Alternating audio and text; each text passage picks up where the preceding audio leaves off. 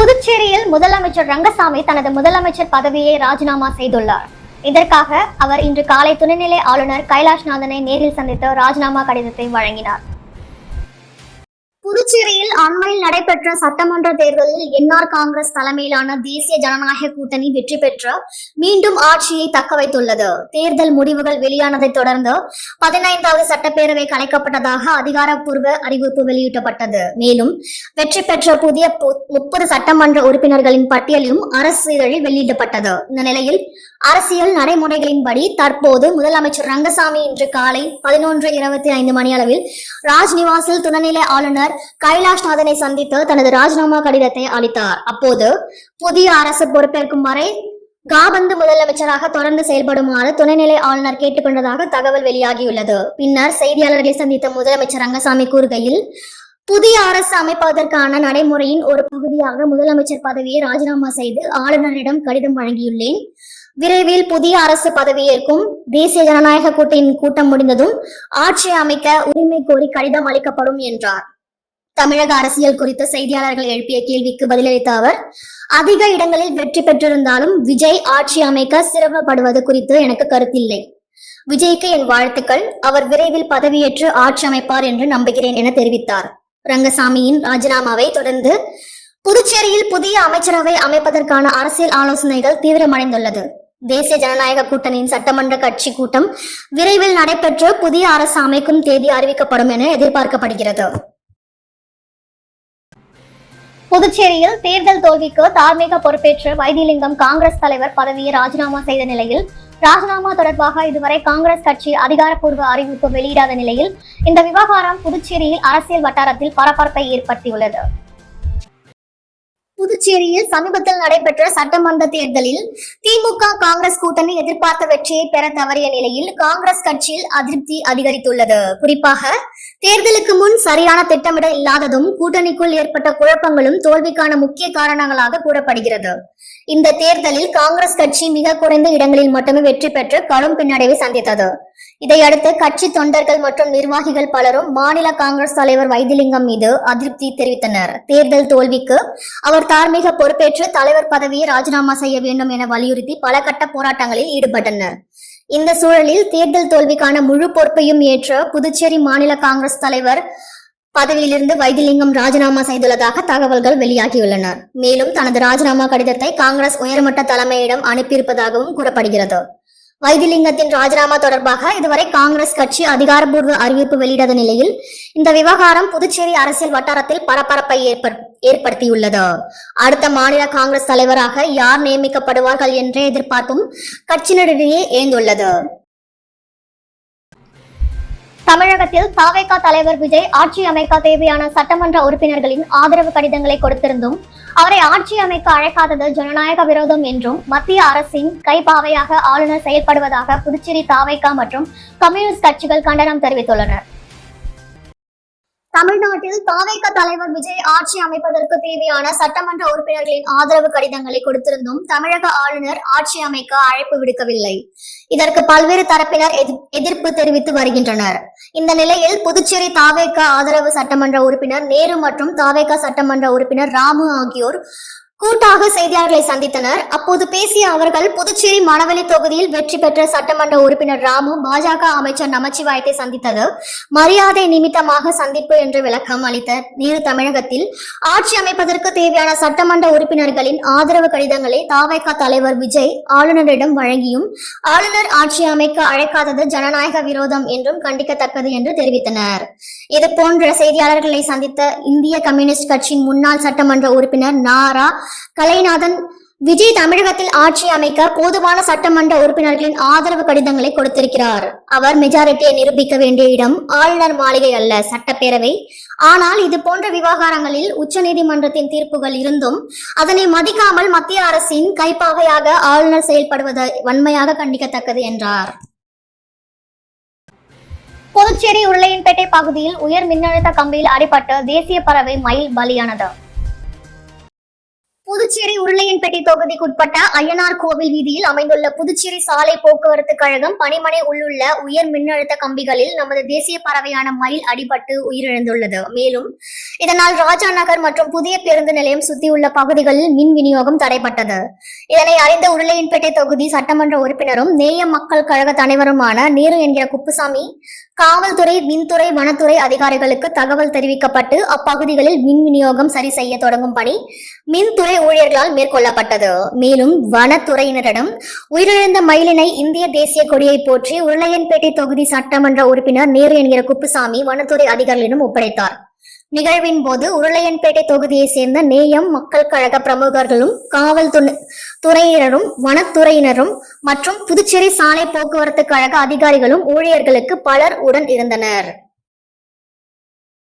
புதுச்சேரி நகர பகுதிகளில் நடைபெற்ற RSS அணிவகுப்பு ஊர்வலம் பலத்த போலீஸ் பாதுகாப்புடன் நடைபெற்றது. ராஷ்டிரிய ஸ்வயம் சேவக சங்கத்தின் தென் பாரதம், கேரளா, தமிழ்நாடு, புதுச்சேரி மாநிலத்தில் தேர்ந்தெடுக்கப்பட்ட பொறுப்பாளர்களுக்கான 20 நாள் பயிற்சி முகாமானது புதுச்சேரி ஐயங்குட்டி பாளையத்தில் உள்ள விவேகானந்தா பள்ளியில் கடந்த ஏப்ரல் 26ஆம் தேதி தொடங்கி சிறப்பான முறையில் நடந்து வருகிறது. பயிற்சியின் ஒரு பகுதியாக அணிவகுப்பு ஊர்வலமானது இன்று நடைபெற்றது. இந்நிகழ்ச்சியில் பயிற்சியில் ஈடுபட்ட இருப்பவர்களும் அவர்களுக்கு பயிற்சி கொடுப்பவர்களும் சேர்ந்து மொத்தம் 190 நபர்கள் அணிவகுப்பில் கலந்து கொண்டனர். இந்நிகழ்ச்சியில் முகாம் தலைவர் CN பிரகாஷ், மாநில துணைத் தலைவர் ஆடிட்டர் செல்வராஜ், புதுச்சேரி நகர தலைவர் தாமோதரன், வரவேற்பு குழு தலைவர் கபிலன் மற்றும் முக்கிய பிரமுகர்கள் கலந்து கொண்டு அணிவகுப்பு ஊர்வலத்தை பார்வையிட்டனர். அணிவகுப்பு ஊர்வலமானது கடற்கரை சாலையில் மகாத்மா காந்தி சிலை அருகில் உள்ள காந்தி நேரு திடலில் சங்க பிரார்த்தனையுடன் துவங்கி கடற்கரை சாலை, பாரதி பூங்கா, சுபாஷ் சந்திரபோஸ் சாலை, மகாத்மா காந்தி சாலை சென்று காந்தி நேரு திடலில் நிறைவு பெற்றது. இந்த பயிற்சி முகாமின் பயிற்சியை பொதுமக்கள் பார்க்கும் வகையில் வரும் மே 15ஆம் தேதி மாலை பொது நிகழ்ச்சியுடன் நிறைவு பெறுகிறது. புதுச்சேரி நகர பகுதியில் நடைபெற்ற இந்த RSS அணிவகுப்பு ஊர்வலம் பலத்த போலீஸ் பாதுகாப்புடன் நடைபெற்றது. புதுச்சேரியில் 15வது சட்டப்பேரவை கலைக்கப்பட்டதாக சட்டப்பேரவை செயலாளர் தயாளன் அதிகாரப்பூர்வ உத்தரவு வெளியிட்டுள்ளார். துணைநிலை ஆளுநரின் ஆணைப்படி கடந்த மே 5ஆம் தேதி முதல் 15வது சட்டப்பேரவை கலைக்கப்பட்டதாக அந்த உத்தரவில் குறிப்பிடப்பட்டுள்ளது. புதுச்சேரியில் தேசிய ஜனநாயக கூட்டணி இந்திய ஆட்சி நடைபெற்று வந்த நிலையில் 2026 சட்டப்பேரவை தேர்தலிலும் அதே கூட்டணி மீண்டும் வெற்றி பெற்றுள்ளது. தேர்தல் முடிவுகள் அதிகாரப்பூர்வமாக வெளியிடப்பட்டதை தொடர்ந்து புதிய 16வது சட்டப்பேரவை அமைப்பதற்கான நடைமுறைகள் தொடங்கியுள்ளன. இதுகுறித்து அரசு வட்டாரங்களில் இந்திய தேர்தல் ஆணையம் தேர்தல் முடிவுகளை அறிவித்ததன் மூலம் 15வது சட்டப்பேரவையின் காலம் நடைமுறையில் நிறைவடைந்ததாக கருதப்படுகிறது. புதிய உறுப்பினர்கள் தேர்வு செய்யப்பட்டுள்ளதால் அரசியல் அமைப்பு சட்டத்தின் தொடர்புடைய பிரிவுகளின் அடிப்படையில் 15வது சட்டப்பேரவை கலைக்கப்பட்டதாக அறிவிக்கப்பட்டுள்ளது. மேலும் தற்போதைய முதல்வர் மற்றும் சட்டப்பேரவை தலைவர் உள்ளிட்டோர் புதிய அரசு மற்றும் புதிய சட்டப்பேரவை அமைக்கப்படும் வரை தங்களது பொறுப்புகளை தொடர்வார்கள் என தெரிவிக்கப்பட்டுள்ளது. புதிய சட்டப்பேரவையில் முதல்வர் மற்றும் பேரவைத் தலைவர் பதவியேற்பு நடைபெறும் வரை நிர்வாக தொடர்ச்சி நீடிக்கும் என்றும் அதிகாரிகள் விளக்கமளித்துள்ளனர். 15வது சட்டப்பேரவையின் பதவிக்காலம் இயல்பாக ஜூன் 15, 2026 வரை இருந்தாலும் தேர்தல் முன்கூட்டி நடத்தப்பட்டு முடிவுகள் வெளியாகியுள்ளதால் சட்டப்பேரவை முன்கூட்டியே கலைக்கப்பட்டதாக கூறப்படுகிறது. அதேபோல் 15வது சட்டப்பேரவையில் இருந்த முன்னாள் சட்டமன்ற உறுப்பினர்களுக்கு மே 5ஆம் தேதி வரை மட்டுமே சம்பளம் வழங்கப்படும் என்றும், புதியதாக தேர்ந்தெடுக்கப்பட்ட 16வது சட்டப்பேரவை உறுப்பினர்களுக்கு இந்திய தேர்தல் ஆணையத்தின் அங்கீகாரம் கிடைத்த மே 6ஆம் தேதி முதல் சம்பளம் வழங்கப்படும் என்றும் தெரிவிக்கப்பட்டுள்ளது. இதற்கிடையில் பெரும்பான்மை பலம் பெற்றுள்ள NR காங்கிரஸ் தலைவர் ரங்கசாமி ஆட்சி அமைக்க உரிமை கோரிக்கை விடுக்கும் நேரத்தில் துணைநிலை ஆளுநர் அடுத்த கட்ட நடவடிக்கைகளை குறித்து முடிவெடுப்பார் எனவும் அரசு வட்டாரங்கள் தெரிவித்துள்ளனர்.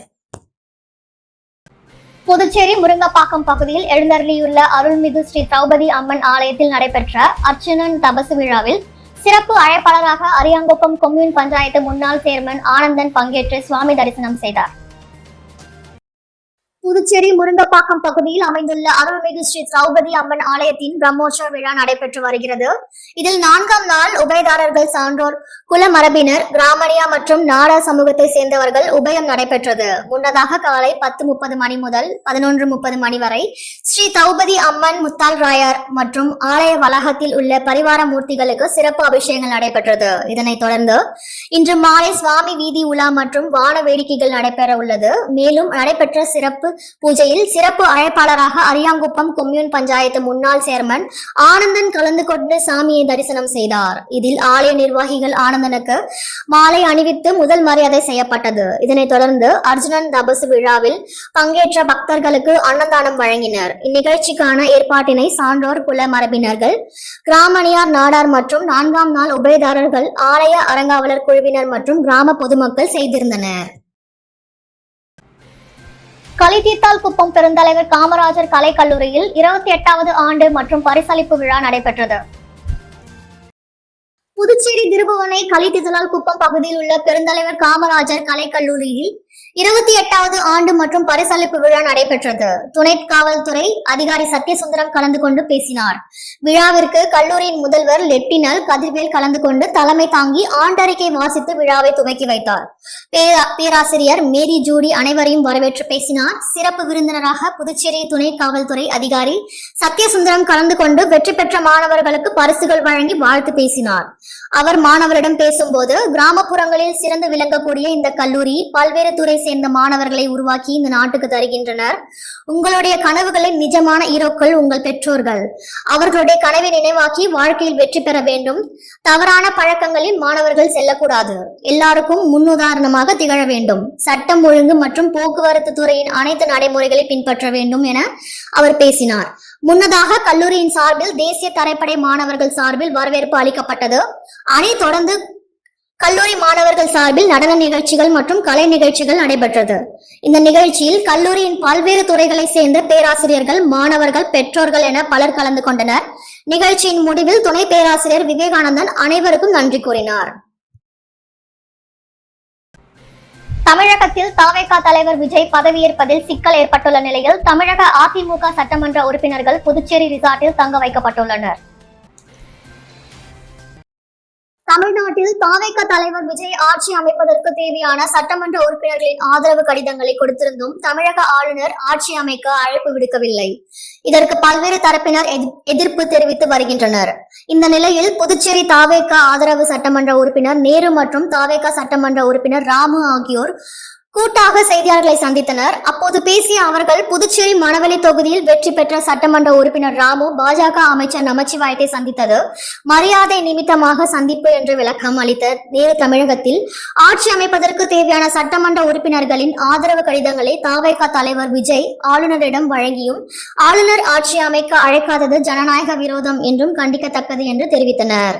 இது போன்ற செய்தியாளர்களை சந்தித்த இந்திய கம்யூனிஸ்ட் கட்சியின் முன்னாள் சட்டமன்ற உறுப்பினர் நாரா கலைநாதன், விஜய் தமிழகத்தில் ஆட்சி அமைக்க போதுமான சட்டமன்ற உறுப்பினர்களின் ஆதரவு கடிதங்களை கொடுத்திருக்கிறார். அவர் மெஜாரிட்டியை நிரூபிக்க வேண்டிய இடம் ஆளுநர் மாளிகை அல்ல, சட்டப்பேரவை. ஆனால் இது போன்ற விவகாரங்களில் உச்சநீதிமன்றத்தின் தீர்ப்புகள் இருந்தும் அதனை மதிக்காமல் மத்திய அரசின் கைப்பாவையாக ஆளுநர் செயல்படுவது வன்மையாக கண்டிக்கத்தக்கது என்றார்.